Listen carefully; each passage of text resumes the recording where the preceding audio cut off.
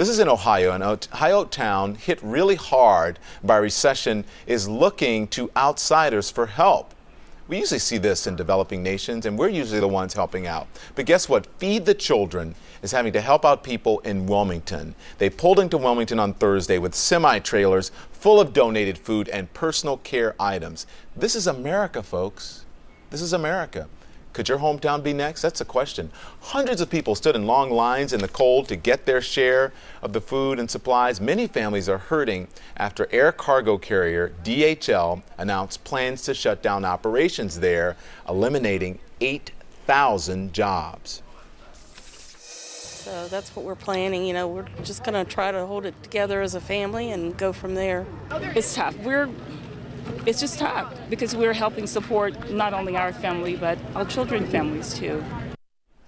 Our next guest didn't work for the DHL, but he too lives in Wilmington and was recently laid off from another company after 15 years of service. Wow. Joining me now is Wilmington City Council member Rob Yeaning.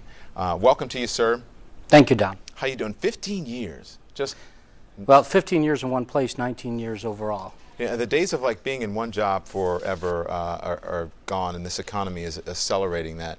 You know, I've been saying, when I saw this story, you know, you usually think about developing nations or third world countries, and America is usually the one going in for food drops and to give aid. But this is happening in your own community. How do you feel about that?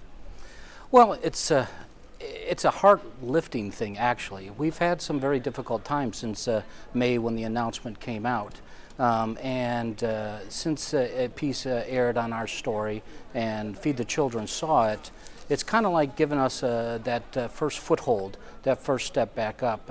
This is a community that is used to taking care of itself. You know, we have our own homeless shelter and community action and food bank. Sugar Tree Ministries, which is the organization that partnered with Feed the Children, you know, has a food bank and has been feeding people for a while. You said something very important there. You said it's a community that's used to taking care of itself, but it got this bad because of the job layoffs, and it was DHL. Did it get this bad because of that, or was that just one thing that added to it, the domino effect? Oh, I think that was the main thing that added to the domino effect. I mean, it's a very, very hard-working community. These are people that worked part-time shifts at night, you know, in the worst, all kinds of weather, snow, ice, sleet, whatever, to move the product. Hard-working Americans. Very much so. So how did this come about with Feed the Children? Tell us how this happened. Well, Feed the Children saw a piece on 60 Minutes about our community and what we went through and what we are still going through. I mean, the layoffs are still continuing.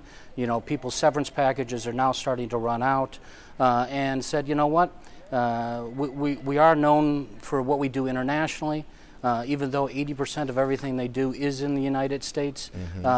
This is a good community that's a perfect microcosm of what's going on in America. So they decided to come there and help you guys out. What did, real quickly, I want to go through a couple of things. What did everyone get? They got some food and some, probably toiletries and stuff? Well, family would show up and they would get a 25-pound box of food, which would supplement and feed a family of 4 for about a week. Okay. Then they would get a secondary box which had personal care items, shampoo, toothpaste, so forth.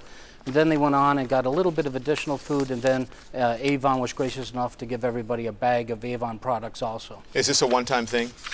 No, the nice thing and the more important thing, I mean, while an event like this with 12 trucks coming in with freight or food for people, the nice thing is that Your Father's Kitchen, part of Sugar Tree Ministries, is now going to be a permanent member of the Feed the Children network. Oh, wow. So if we run low again, if Your Father's Kitchen's shelves go bare, all they have to do is pick up the phone and Feed the Children will be there to help restock their shelves. Mr. Yeaning, Rob Yeaning, Wilmington City Council member, we really appreciate it. Keep us updated on what's going on, okay? I appreciate it very much. We wish you guys the absolute very best. Our hearts are with you. Thank you so much. Thanks, Don.